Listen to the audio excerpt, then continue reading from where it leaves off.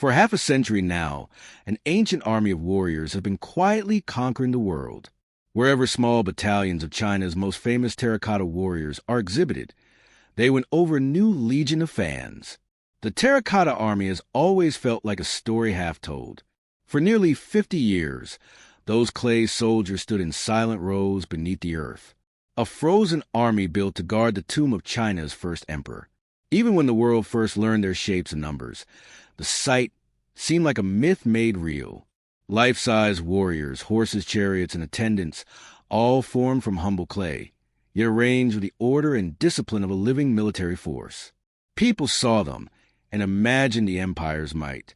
What nobody expected was that more than 2 millennia after they were buried, modern machines would finally look beneath their faces and find details so intimate and so precise they force historians to rethink what the Qin court actually knew and how far its reach extended. The first discovery was accidental.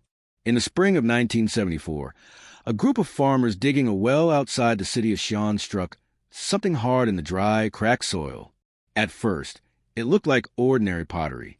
Then, a clay had tumbled out of the pit. Fragments followed.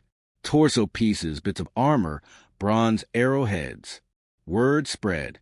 A local cultural official named Zhao Kongman gathered the fragments and notified the Provincial Archaeological Institute.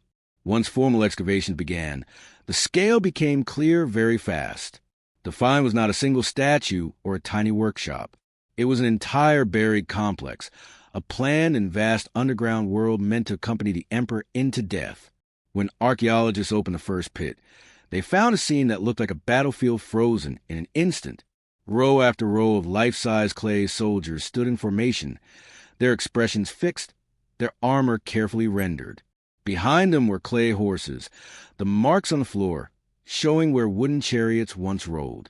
Main chamber, pit 1, extends hundreds of feet long, separated into aisles by thick earth walls.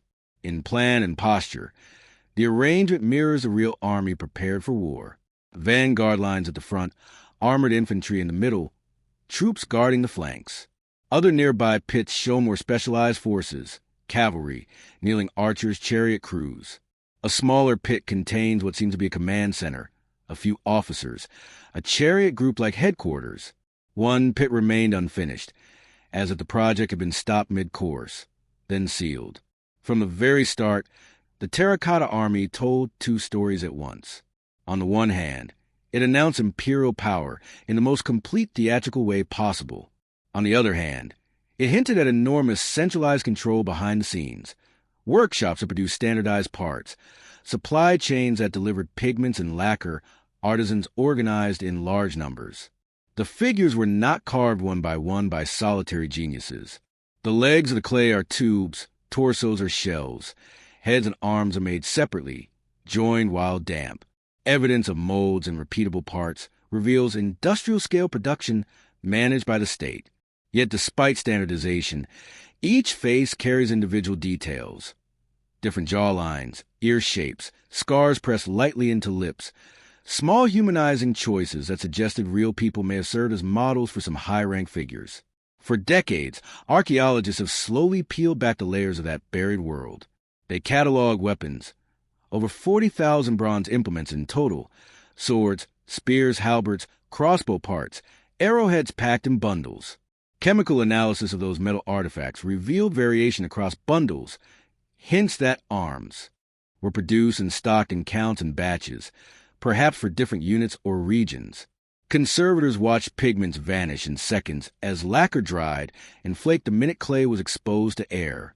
The first team that ever lifted a painted face in the 1970s saw brilliant reds, purples, and blues that lasted only a heartbeat. That loss was heartbreaking then.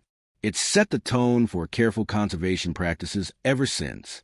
The very lacquer that gave the figures their shine had made excavation a race against chemistry itself.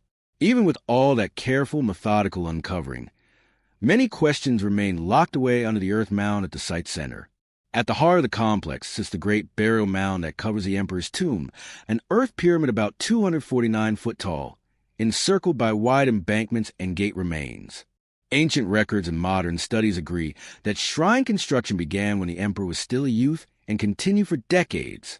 a labor project which drew hundreds of thousands of workers. Mass graves around the site and human remains showing signs of hard labor speak to the scale and human cost behind the project. The subterranean palace beneath the mound, an inner brick rectangle, an outer shell of packed earth, sloping tunnels, and drainage works, was built as much as a fortress as a tomb. Its main chamber remains sealed. No one has opened it. The tomb at the center of everything is still silent.